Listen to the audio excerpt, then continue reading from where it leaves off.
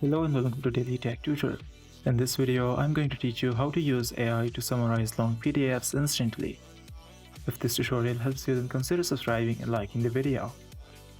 Ever opened a hefty research paper or a dense contract and felt daunted by the wall of text? Here's a simple hack. Open your browser and head over to chat.openai.com. Find the upload button and click on it.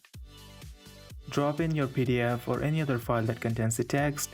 Just type something and within seconds, watch as the AI spits back a tidy bullet point overview.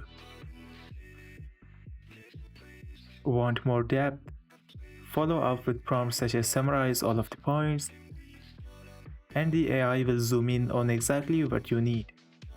A couple of quick tips.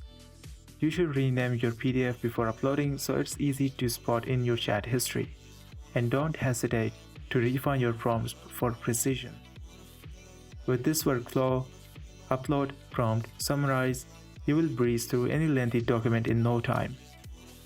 This is for today's tutorial. If this video helped you, then consider subscribing and liking the video.